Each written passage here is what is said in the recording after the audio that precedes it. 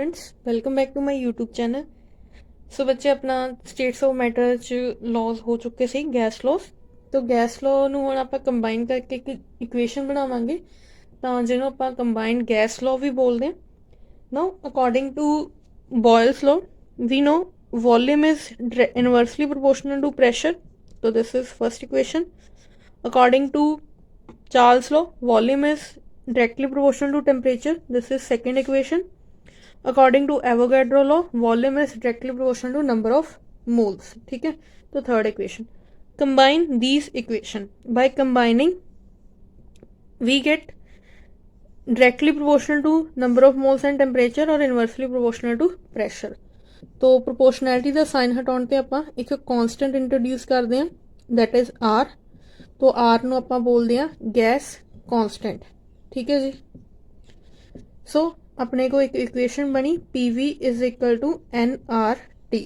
This is called ideal gas equation, very important. ठीक है जी। तो ਜਿਹੜੀਆਂ ਗੈसेस इस इक्वेशन ਨੂੰ फॉलो ਕਰਨਗੀਆਂ ਉਹਨੂੰ ਆਪਾਂ ਬੋਲਾਂਗੇ ਆਈਡੀਅਲ गैसेस और ਜਿਹੜੀਆਂ नहीं फॉलो ਕਰਨਗੀਆਂ ठीक है that are non ideal gases. So ਜਿਵੇਂ ਹੁਣ ਅਗਰ ਆਪਾਂ ਇੱਥੇ ਕੰਸੀਡਰ ਕਰੀਏ n ਨੂੰ 1 ਪੁੱਟ ਕਰ ਦਈਏ, n ਨੂੰ ਆਪਾਂ 1 ਪੁੱਟ ਕੀਤਾ pv is equal to rt। ठीक है जी। So pv over t is equal to r। तो r ਆਪਣੇ ਕੋ ਕੀ ਇੱਥੇ ਕਨਸਟੈਂਟ, ਇਹਨੂੰ ਮੈਂ ਲਿਖ ਸਕਦੀ ਹਾਂ ਕਨਸਟੈਂਟ। ਕਲੀਅਰ। ਸੋ ਜਿਵੇਂ ਆਪਾਂ ਹੁਣ ਦੋ ਗੈसेस ਕੰਸੀਡਰ ਕਰ ਲਈਏ, ਸੋ ਅਗਰ ਆਪਣੇ ਕੋ p1 v1 over T1 is equal to constant और P2 V2 is equal to constant. तो दोनों ਨੂੰ कंपेयर करन ते अपने को इक्वेशन आएगी P2 V2 ओवर T2। सो ये भी इक्वेशन याद रखना, this is ideal gas equation और अपने को ये इक्वेशन बनी है। तो इस इक्वेशन दे आपां हुण न्यूमेरिकल डिस्कस करते हैं। सो फर्स्ट आपां गैस लॉ बारे डिस्कस कर गैस कॉन्सटेंट बारे डिस्कस करांगे। Gas constant is R। ठीक है। तो we know P V is equal to N R T. तो आर के इक्वल आ गया P V over N T. ठीक है। तो P is force upon area. ठीक है जी। और वॉल्यूम इज वी। ठीक है। तो वॉल्यूम दे यूनिट्स होंगे एल क्यूब, ये यूनिट्स होंगे एल स्केयर। ठीक है। और एन इंटू टी। ठीक है जी। So cancel. तो force into L. Okay. This is work, force into length over time. ठीक है जी। सो गैस कॉन्सटेंट के यूनिट्स हो सकते हैं अपने को sorry this is not time, this is temperature. So work over temperature. ठीक है। तो ये होंगे जाउल पर कैलविन आ और n is the number of moles per mole, जिहड़े स्टैंडर्ड यूनिट्स होंगे। तो गैस कॉन्सटेंट दी कुछ वैल्यूज होंगे। तो वैल्यूज अपने को डिफरेंट होंगे क्योंकि आपां प्रैशर वॉल्यूम नू डिफरेंट यूनिट्स च लैने। ठीक है। तो अगर अपने को जिहड़ा प्रैशर एटमोसफेयर चा और अपने को वॉल्यूम लीटर चा, तो वैल्यू इज 0.082 एटमोसफेयर। ठीक है। पर मोल पर केल्विन लीटर। ठीक है जी। अगर अपने को सी जी एस सिस्टम च लईए, ठीक है, सी जी एस सिस्टम च अपने को आएगी वैल्यू 8.314 इंटू 10 पावर जी अपने को 17 अर्थ्स। ठीक है। पर Kelvin per mole.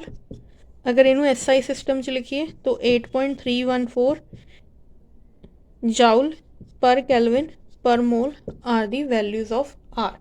Now let's discuss numerical. So अपने को numerical At constant temperature, a gas occupies a volume of 200 ml at pressure of 0.720 bar. It is subjected to an external pressure of 0.90 bar. What is its resulting volume? तो ये तो अपने को Boyle's law के according आ गया P1 V1। तो एक होर न्यूमेरिकल है, तो देखने हैं ਆਪਾਂ न्यूमेरिकल ਜਿਹੜਾ ਹੁਣ ਆਪਾਂ ਇਹ ਬॉयल्स लॉ ਦੇ ਕਰ ਚੁੱਕੇ ਆ। ਆਪਾਂ ਨੇ ਜਿਹੜੀ ਇਕੁਏਸ਼ਨ ਹੈ P1 V1 T1 is equal to P2 V2 over T2 ये न्यूमेरिकल डिस्कस करने हैं। ठीक है।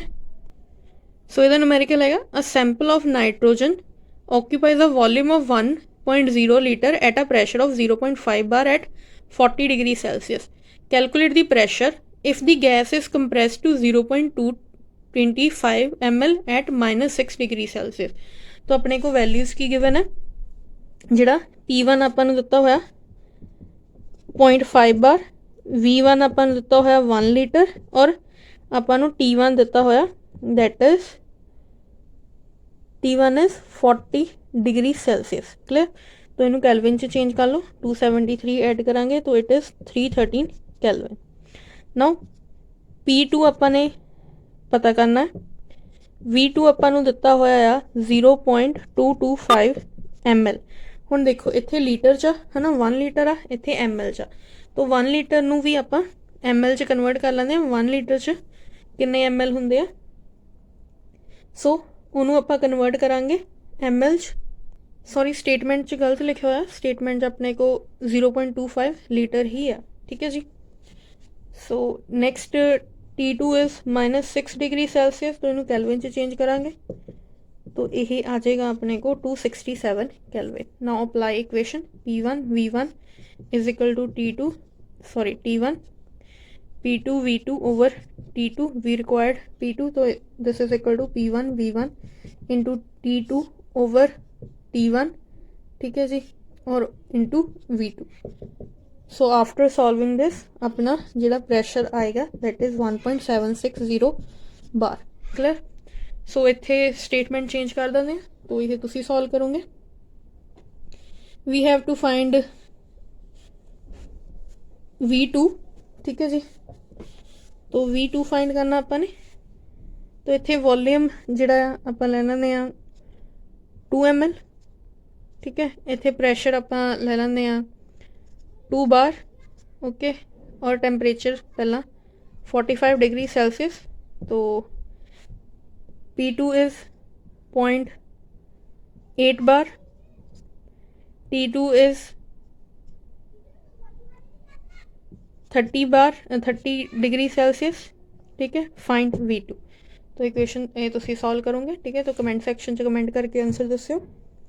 नैक्सट टॉपिक करते हैं। नैक्सट अपने को एक लॉ है Dalton law of partial pressure. So according to this law at constant volume and temperature अपने को जिहड़े ਆਪਾਂ 3 कंटेनर लए, ठीक है, 3 कंटेनर। सो ਇਹਦਾ ਪ੍ਰੈਸ਼ਰ ਹੈਗਾ P1, ਇਹਦਾ ਹੈਗਾ P2, ਇਹਦਾ ਹੈਗਾ P3।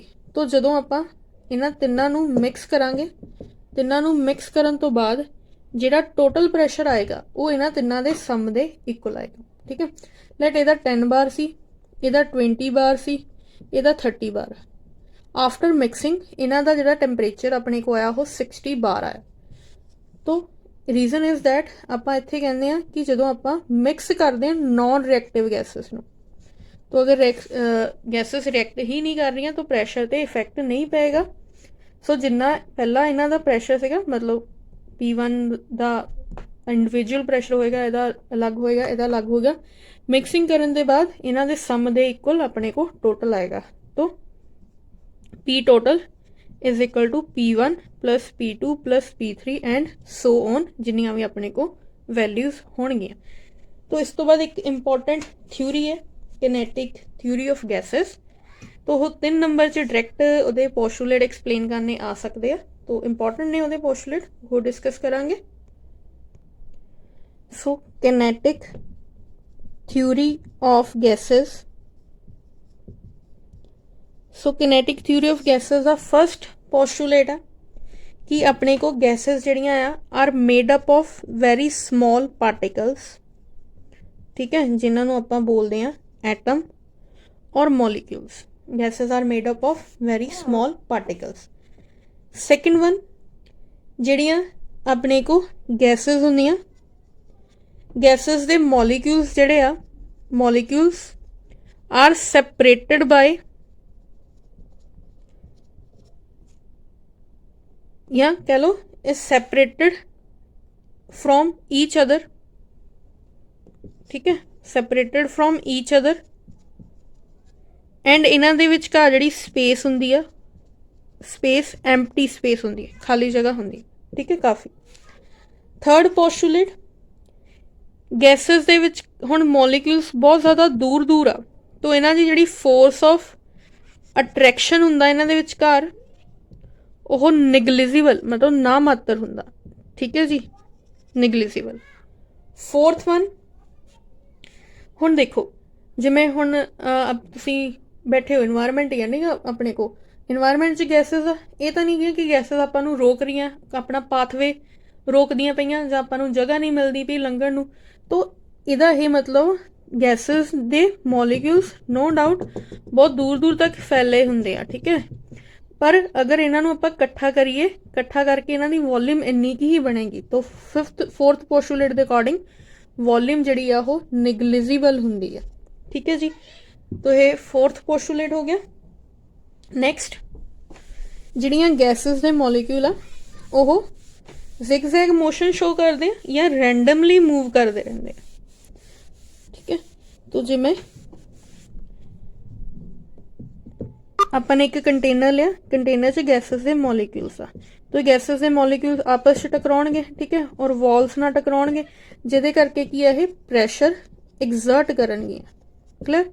6 postulate, collision perfectly elastic ਹੋਏਗੀ, no loss of energy and momentum. ठीक है, परफेक्टली इलास्टिक।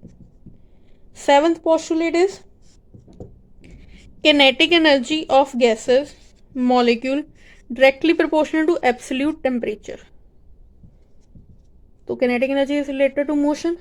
तो जिन्ना ਆਪਾਂ ਜਿੱਦਾਂ ਟੈਂਪਰੇਚਰ ਇਨਕਰੀਜ਼ ਕਰੀ ਜਾਵਾਂਗੇ ਉਨੇ ਜ਼ਿਆਦਾ ਗੈसेस ਦੇ ਮੋਲੀਕਿਊਲ ਜਿਹੜੇ ਆ ਜ਼ਿਆਦਾ ਸਪੀਡ ਨਾਲ ਮੂਵ ਕਰਨਾ ਸ਼ੁਰੂ ਕਰਨਗੇ। ਠੀਕ ਹੈ, तो this is the kinetic theory of gases है। 3 नंबर च डायरेक्ट क्वेश्चन आ सकता होंगे, right postulate of kinetic theory of gases. ठीक है जी, तो किनेटिक गैस इक्वेशन है, डायरेक्ट ही लिखवा रही हैं इक्वेशन। ठीक है, तो kinetic gas equation is PV is equal to 1/3 NMU square. ठीक है, सो इत्थे अपने को N is number of gas molecules. ठीक है, और M is mass of gas, U square is root mean square velocity. दस दियां की है रूट मीन स्केयर स्पीड। ठीक है, जिमें देखो हम गैसेस दे मॉलिक्यूल है, मेरे को 100 गैसेस दे मॉलिक्यूल है, 100 विचों 50 ਜਿਹੜੇ ਆ ਉਹ V1 ਨਾਲ मूव करते पे। ठीक है, 6 ਜਿਹੜੇ 20 ਆ ਉਹ V2 ਸਪੀਡ ਨਾਲ मूव ਕਰਨਗੇ, ਉਹਨਾਂ 'ਚੋਂ ਆਪਣੇ ਕੋਲ 10 V3 ਨਾਲ मूव ਕਰਨਗੇ। ਠੀਕ ਹੈ, ਔਰ ਅਗਲੇ 10 V4 ਨਾਲ। तो मतलब N1 molecules moving with V1, N2 molecules moving with V2, N3 molecules moving with V3 और N4 molecules moving with V4। ठीक है, तो इन्हां दा आपां मीन कढ सकदे हां, मीन टोटल डिवाइड बाय जिन्ने अपने को हैगे ने N4। ठीक है, तो इन्हां दा रूट कर देवांगे। रूट किद्दां करांगे, दिस इज V स्केयर, तो स्केयर इत्थों अगर हटेगा तो वह स्केयर हो जाएगा, इधर रूट हो जाएगा। तो दिस इज पहला मीन कड्डिया फिर रूट कड्डिया। ठीक है, तो रूट मीन स्पीड, सॉरी इत्थे रूट मीन स्केयर स्पीड। ठीक है, RMS बोलते हैं, RMS। ठीक है, तो इहदा स्केयर है V square. Okay, square then mean then root. ठीक है, आ वाली इक्वेशन होंदी है स्केयर मीन रूट, तो root mean square speed. Clear. Next अपने रिलेशन फाइंड करना between kinetic energy and temperature. ना हुणे आप according to kinetic gas equation PV is equal to half M। ठीक है, NU स्केयर। ठीक है, नाउ इस इक्वेशन नू डिवाइड और मल्टीप्लाई करना on right hand side, divide and multiply by, sorry इत्थे 1/3 है। तो जो आपने इनू आह मल्टीप्लाई करता, ठीक है, आपने करता डिवाइड। ठीक है, तो NMU स्केयर इन्ना आ गया इत्थे तक। नैक्सट, सो इत्थे जिहड़ा आह वी नो जिहड़ा मास हुंदा that is molar mass over जिन्ने उहदे च एवोगैड्रो नंबर आ। ठीक है, तो इनू आपां अगर M into NA is equal to M, तो इत्थे मैं M पुट कर सकती हाँ कला इस चीज़ में। ठीक है, तो ये आ गया half M U square. Clear? तो 2/3 is equal to P V. Now half M V square, तो v इज वेलोसिटी, तो इतने यू वी तो वेलोसिटी है, तो half M V square is equal to kinetic energy, तो P V is equal to 2/3 kinetic energy. हुण आपां नूं पता जिहड़ा किनेटिक एनर्जी किहदे इक्वल होएगी, ठीक है, तो इनू इधर ले जाओ 3/2 okay P V. Clear? Now P V is equal to N R T, तो इत्थे अगर मैं N1 पुट करा तो P V is equal to R T, तो इत्थे मैं आर टी पुट कर देनी। क्लियर? तो आ सारी जिहड़ी चीज़ आ यह कॉन्सटेंट आ, तो किनेटिक एनर्जी किहदे डायरैक्टली प्रोपोर्शनल आ गई, टेंपरेचर दे। तो दिस इज द रिलेशन।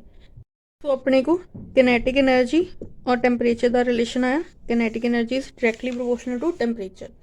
सो सिर्फ हुण अपने दो टॉपिक रह गए, दो टॉपिक जिहड़े एक तो मैक्सवैल डिस्ट्रीब्यूशन वाला टॉपिक रह गया, फिर अपने को आउंदा वंडरवॉल इक्वेशन। तो ट्राई करूँगी इनू एक लैक्चर च खत्म करन दा। फिर विस्कोसिटी और सरफेस टेंशन आओ, तो छोटे जे टॉपिक आ, विस्कोसिटी की डेफिनेशन आ जाती होंगी, रिलेशन आ जाता होंदा, सरफेस टेंशन की डेफिनेशन आ जाती है या रिलेशन आ जाता।